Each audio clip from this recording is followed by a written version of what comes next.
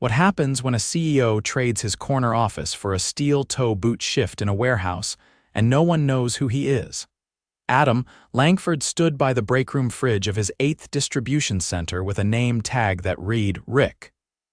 The air smelled like dust, cardboard, and burnt coffee. It was his 3rd day undercover. The place was massive rows and rows of shelves stacked high with products, forklifts weaving through the aisles, and workers hunched over conveyor belts like clockwork. No one recognized him. That was the point. He'd bought the company 9 years ago from a retiring owner and built it out to 8 locations across the Midwest. This warehouse in Indiana was one of the biggest. He hadn't met most of the staff personally. Too many locations, too many faces. Besides, corporate handled the hiring and day-to-day operations, but something had been gnawing at him for months. Late shipments, turnover, a few complaints about burnout. The district manager brushed it off as young kids not wanting to work. Adam didn't buy that. So here he was, wearing steel-toe boots, a reflective vest, and a beard he didn't normally have. No one questioned him. He was just another temp from the agency. They were short-staffed, someone said, always were. "Hey, Rick," a voice called. "You're with me today." Pallet line 2. The guy was in his early 20s, lean and fast-moving. His name tag read Zion. He had a rhythm to his steps like he'd done this 1,000 times. Adam nodded and grabbed a pair of gloves. They spent the morning moving boxes, loading pallets, and scanning inventory. Zion worked fast but never rushed Adam. He showed him how to avoid overloading the belts and when to step back to avoid the forklift path. "You new to this?" Zion asked during a water break. "Yeah, first week." "You're all right. Some guys come in here acting like they know everything. Then they drop a whole crate of blenders." Adam let out a short laugh. "I'll try not to do that," Zion chuckled, then looked over his shoulder before lowering his voice.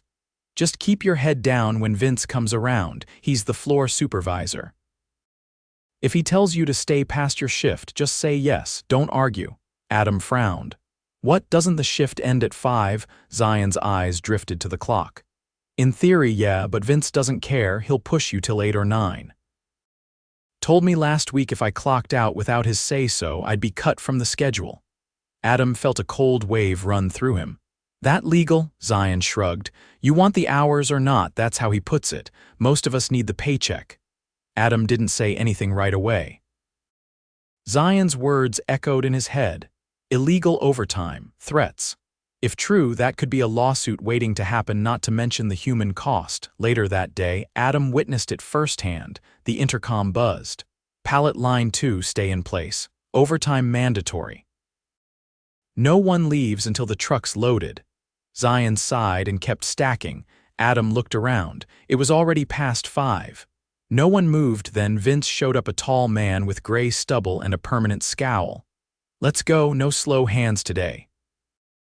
You leave before this truck rolls out, don't bother coming back." Adam stepped toward him. "Hey, isn't this against labor laws?" Vince turned slowly. "Who are you?"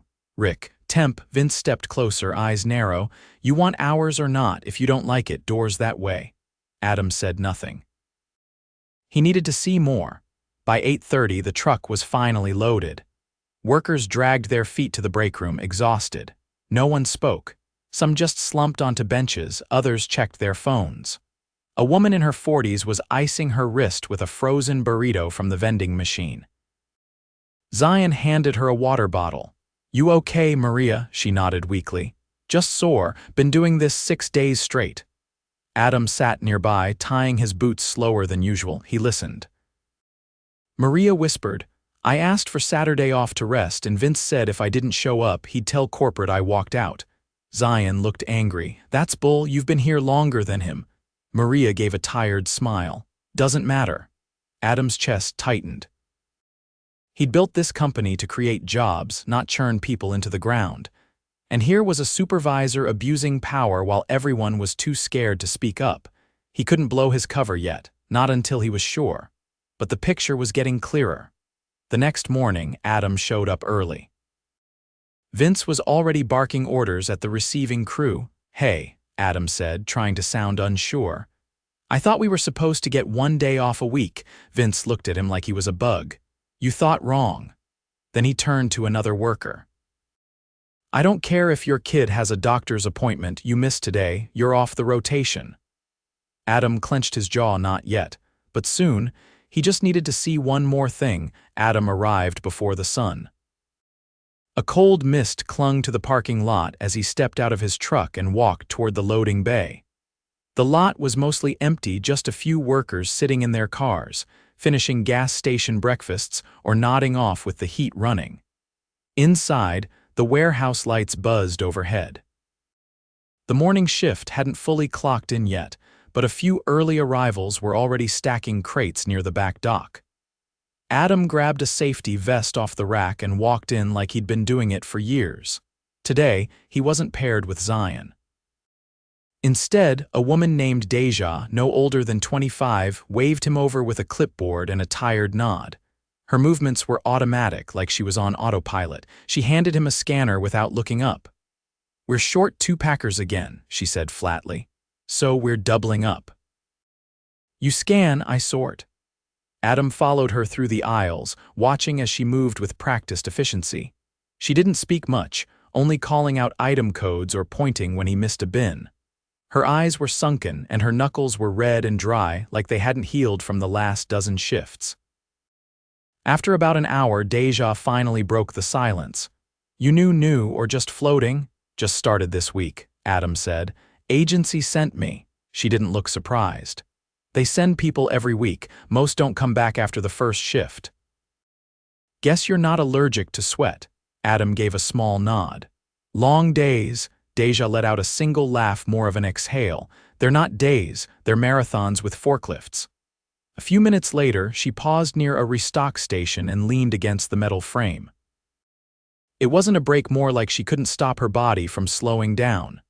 You know, she said, rubbing the back of her neck, when I started here last spring, we had 2 full-time leads on this side. Now it's just me and whoever they send from temp. Vince says it's because we're streamlining. Adam watched her expression. You ever get a raise for taking over both roles? Deja looked at him like he'd asked if the moon paid rent. Nah, but he gave me a tote bag at Christmas, said it was from corporate. Adam said nothing. His stomach turned. They got back to work. Around noon, a loud crash echoed across the warehouse. Everyone on the floor froze for a half-second, then came shouting. Adam jogged over to find a stack of boxed kitchenware toppled over, glass shattered across the concrete. A worker knelt on the ground, cradling his arm. Blood dripped from his elbow. A forklift operator stood nearby, pale. I didn't see him behind the pallet. I swear he just stepped back. The injured worker, a man in his 40s with a shaved head and a torn sleeve, clenched his jaw. I called out. No one heard me. Vince arrived 2 seconds later and didn't even look at the injury. Why were you standing in the path? This is what I keep saying, watch your zones. The man on the floor looked up, face red. I was restocking the return shelf. You told me to do it fast. Vince rolled his eyes. Then do it fast and smart. You want to file a report, go ahead, but don't expect paid time if you're the one who wasn't following safety. Adam's tone shifted. Aren't we supposed to call someone for injuries? Vince didn't turn. He'll walk it off, not the first time. Adam stepped closer. He's bleeding.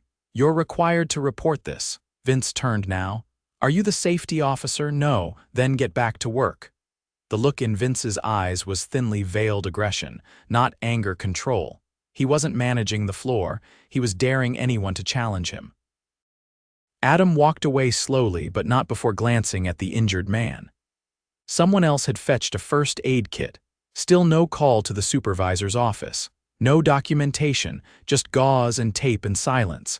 By mid-afternoon, Adam was back on the line, this time with a different crew.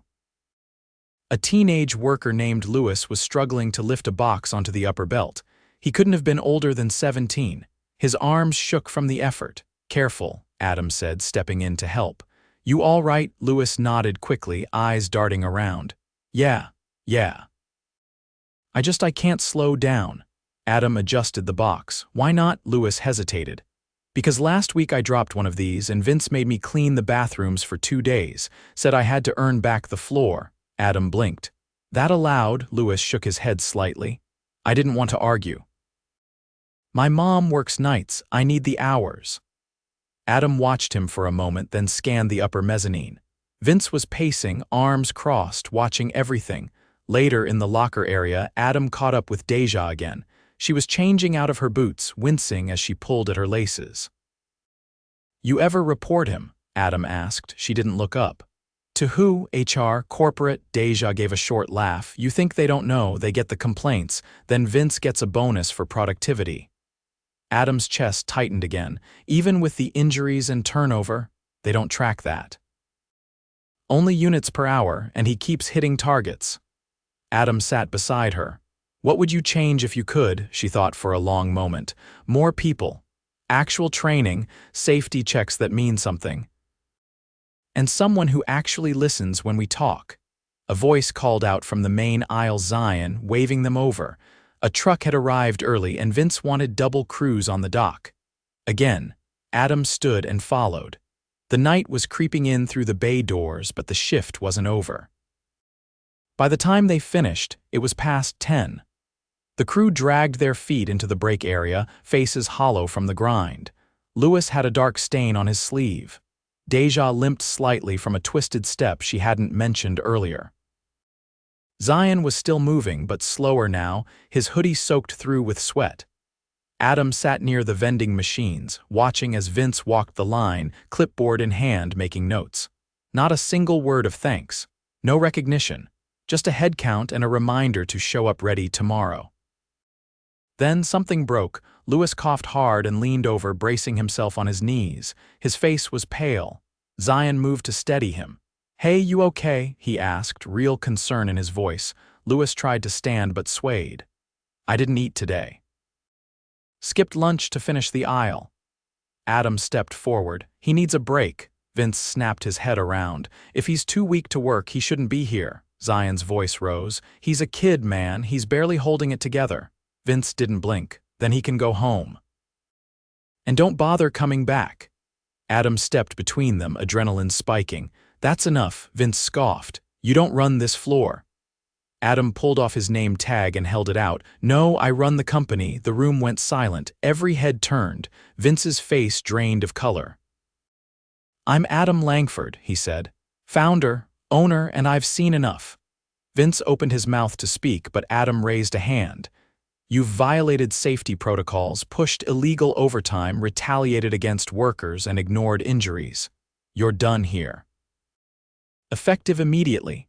Zion's eyes widened. Deja froze mid-step. Lewis sat down hard, too stunned to move. Adam turned to the workers. I'm staying through the week, but tomorrow we start making this right. Adam arrived at the warehouse the next morning without the disguise. No vest, no name tag. Just a black zip-up jacket and the weight of what he'd seen the night before. The air felt denser. Word had spread the man everyone thought was a new temp worker was actually the person who signed their paychecks. He stepped through the employee entrance and was greeted by silence. A few workers glanced up, unsure whether to say anything. Deja stood near the punch clock, arms crossed, her expression unreadable. Zion gave a nod, but his usual energy was muted. Lewis wasn't in yet. Adam walked to the small supervisor office near the loading bay. It was empty, Vince's jacket still draped over the chair. A clipboard lay on the desk, half filled with shift assignments and notes in red ink.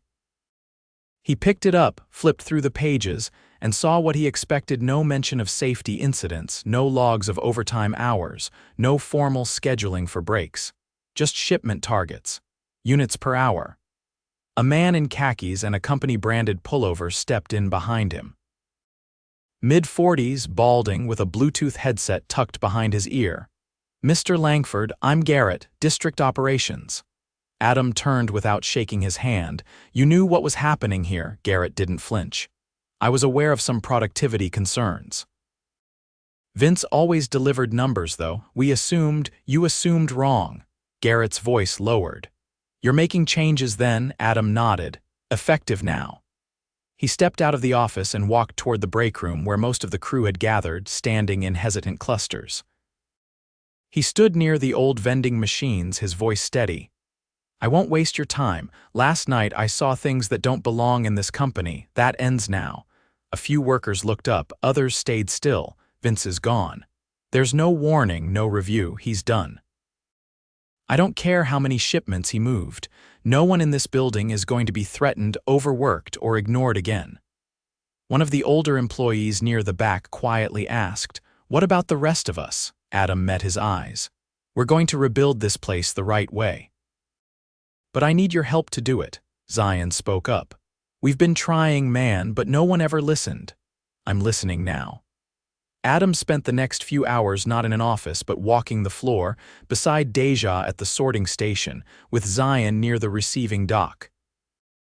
Checking in with the quieter workers, the ones who hadn't spoken much before. He took notes, he asked questions. He didn't make promises he couldn't keep. When Lewis finally arrived, late and looking exhausted, Adam pulled him aside. "You all right?" Lewis shifted on his feet. "My mom's car broke down. I had to take the bus across town. You still came in." "I need to. I don't want to lose the job." "You won't. But from now on, if something's wrong, schedule, workload, anything I want to know, we're setting up a direct line straight to my office. You won't have to go through anyone else." Lewis nodded slowly, unsure if he should believe it. That afternoon, Adam called a closed-door meeting with Garrett and the warehouse's assistant floor lead, a woman named Trina who had worked under Vince for 2 years, but had never been given authority to make decisions. She was calm, sharp, and had a thick binder of notes she'd kept privately: missed safety checks, underreported injuries, shift discrepancies. "You saw all this happening," Adam said. Trina looked down. "I documented everything. I just didn't think it would matter." "It does now." He handed her a clipboard. "Your interim floor manager, full authority. You report directly to headquarters until we find a permanent lead. Maybe that's you, we'll see." Trina blinked, stunned. "You serious?" "I don't put people on the floor for 2 years without listening to what they've seen. You've been keeping this place running without recognition. That ends today." Garrett shifted uncomfortably. "Should I oversee operations until the transition's settled?" "No," Adam said without hesitation. "You'll coordinate from regional. Trina knows this building better than you do." That night he stayed through the closing shift, helped tape up a fractured conveyor wheel. Sat with a group of workers during their 15-minute break to hear about the lack of water stations on the north side. One of the veteran employees, an older man named Ellis, quietly asked, "Is this just for today?" Adam looked him in the eye. "No, but it's going to take time. I can't undo what's been done overnight, but I can make sure we don't keep repeating it." Ellis rubbed his palms together, thinking, "You build something from the ground up, you can forget what it feels like to be on the ground." Adam nodded. "That's why I came back down." Around 8, a storm rolled in. Rain tapped against the bay doors and the wind howled through the rear vents. Adam watched as the crew hustled to wrap pallets in heavy plastic. Deja coordinated the loading team without being told. Zion helped Lewis lift a shipment into the truck bed, checking to make sure the younger worker didn't overexert. No one barked orders. No one threatened to dock hours. No one pushed past their limit. They just worked with care, with caution, and with each other. As the final truck rolled out, Adam stepped outside into the rain and looked out over the soaked parking lot. Trina joined him, her clipboard tucked under one arm. "You're staying again tomorrow? I'll be here every day this week." She gave a single nod. "Then you should know there's a night crew that's been on mandatory doubles 3 times a week. We don't see them much. They come in when we leave." Adam's face hardened. "Then I'll meet them tomorrow." The rain picked up, but neither of them moved. The warehouse behind them buzzed with the quiet energy of a shift ending without chaos.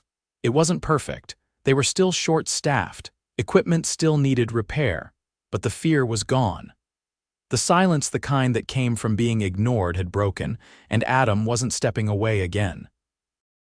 Adam stood in the narrow stairwell that led to the upper catwalk above the night shipping lanes, watching the second shift quietly fall into rhythm. The night crew had started arriving just after 6. No one had greeted him with confusion. They knew who he was now. Some nodded. Most didn't make eye contact. The faces were different, but the fatigue was the same. A few looked barely out of high school, others were older with the worn look of people who'd been doing this kind of work for decades. They moved with precision but not urgency. Every step was calculated to conserve energy. The warehouse wasn't chaotic tonight. It was quiet, but not in a good way. He made his way down to the sorting line, where a woman in a dark blue hoodie was checking barcodes with one hand while holding a brace on her left wrist with the other. The bandage looked fresh. "You get that looked at?" Adam asked, stopping beside her. She didn't pause her scanning. "No time, this line doesn't fill itself," he gestured to the scanner. "How long have you been on this station?" "Since last Thursday. Before that, I was on break pack." "Before that, receiving." She finally turned. "Shifts blur." "Name?" "Justine." Adam nodded. "Who moves you around?" She set the scanner down. "Whoever's covering the gaps. We're missing 2 people tonight. We've been missing 2 or 3 for weeks." "Anyone ever ask why they stop showing up?" "No one follows up. The ones who stay just shift over." Adam looked around. There were fewer workers than he expected for this size of load. He stepped away and found Trina reviewing a clipboard near the rear exit. "We're still short tonight. I tried to pull 2 from the part-timers, but one's out sick and the other's waiting on a background check to clear." "We're burning the same people every night," Adam said. Trina didn't deny it. "I'm rotating where I can, but some of these folks are covering 2 positions." He scanned the floor again. "We need to scale the load down." She raised an eyebrow. "You want to delay a shipment? Split it across 3 days. I'll call the vendor myself." "We're not doing this at their expense." She gave a short nod and returned to her clipboard. At 12:30, Adam joined a small group in the far corner of the warehouse where 2 tables had been pushed together near the emergency exit. It wasn't a break area, it was just where a few workers went to sit when the motion sensors shut off the belt for 15 minutes. One of the younger men, probably in his early 20s, was eating instant noodles straight from a thermos. "You always on nights?" Adam asked. He nodded. "Easier to get here. I walk from the shelter on 8th. You walk. Buses stop running after 10. If I get off at 2, I just wait till morning. It's not bad if it doesn't rain." Adam sat across from him. "What's your name?" "Marcus." "Why'd you start here?" "Needed something fast." They said no interview, just orientation. I didn't ask questions. Another worker, a woman with close-cut hair and a bright orange beanie, glanced over. "Most of us didn't." Adam nodded slowly. "That's going to change." She shook her head. "Not if we don't get more people." "We're hiring," Adam said. She bit into an apple. "You can hire all you want. If no one sticks, it goes back to us." He stayed quiet, then finally asked, "What would keep people here?" Marcus leaned forward. "Someone noticing when we don't show up." The orange beanie woman added, "Training that doesn't mean just watching someone else for 5 minutes." Another voice called from across the shipping aisle. "And a manager who isn't texting the whole shift." A man in a reflective jacket walked over, holding a clipboard upside down and tapping it against his leg. "Speak of the devil," the woman muttered. The man stopped in front of the table. His badge read Asher. He looked at Adam, then at the group. "You all off the line." "Scheduled break," Marcus said. Asher's eyes narrowed, not at Marcus, but at the orange beanie woman. "You were supposed to switch to the freight lane 20 minutes ago." "I was told to finish the inventory pull first." "Then why are you here?" Adam stood. "Because I asked her to speak with me." Asher looked him over, confused, then recognition dawned. His posture stiffened. "Sir, I didn't realize." Adam cut him off. "How long have you been supervising this crew?" "Little over 6 months." "I've heard you spend most of your shift in the office. That true?" "I check metrics, make sure the dock flow." "Do you know who Marcus is?" Asher glanced at the young man. "He's on packing, I think." "Do you know where he walks from?" Asher blinked. "No." Adam turned to the rest of the group. "Anyone feel like your supervisor knows what you deal with outside this place?" No one raised a hand. Adam looked back at Asher. "That's a problem," Asher tried again. "I've never had a complaint filed. That's not a defense. That's a failure to listen." Asher looked like he wanted to argue but didn't. "You're done here," Adam said. "Clean out your station." Garrett arrived 15 minutes later, having been called by Trina. He stood quietly while Adam walked through the gaps in night coverage, the mismanaged scheduling, and the absentee supervision. When Adam was finished, Garrett didn't make excuses. "I'll start the search for replacements tomorrow." "No," Adam said. "We're not slotting in another name from a spreadsheet." He turned to the shipping lead, a soft-spoken man named Theo who had been with the company since before the expansion. "You've been carrying this shift." Theo looked caught off guard. "I don't have management experience." "You've got what matters. You show up, you watch out for your team, you're not invisible to them." Theo nodded, still stunned. "Interim night lead," Adam said. "Effective now." He walked the floor again before leaving that night, stopping only once to help clear a jammed belt. The crew was tired, but something had shifted. They moved with a little more purpose, a little less dread. Not because the problems were gone, they weren't. But someone was finally watching, and not from behind a window. By the end of the week, Adam had implemented a new reporting system, anonymous, direct to HQ. A rotating safety officer was assigned to each shift. Schedules were adjusted to avoid doubling up workers without relief. A hiring freeze was lifted to bring in support staff, and every new hire would receive 2 paid training days, not 2 hours. He held one final meeting on Friday, not in the break room, but on the warehouse floor where everyone could stand together. No clipboards, no supervisors, just people. "This company was built to create something better," he said. "But I let numbers get louder than voices. That's on me. It won't happen again." He didn't ask for applause. He didn't give a speech. He just told them what came next. Monthly shift check-ins, a new HR rep assigned specifically to warehouse ops, and a zero-tolerance policy for retaliation of any kind for time off, injuries, or speaking up. As people filed back to their stations, Zion approached him near the back dock. "You sticking around? I'll be in and out," Adam said. "But not anonymous," Zion nodded. "That's enough." Adam watched the crew return to work. It wasn't fixed, but it was no longer broken in silence. The warehouse hummed to life again, not just with machinery, but with people who knew they mattered.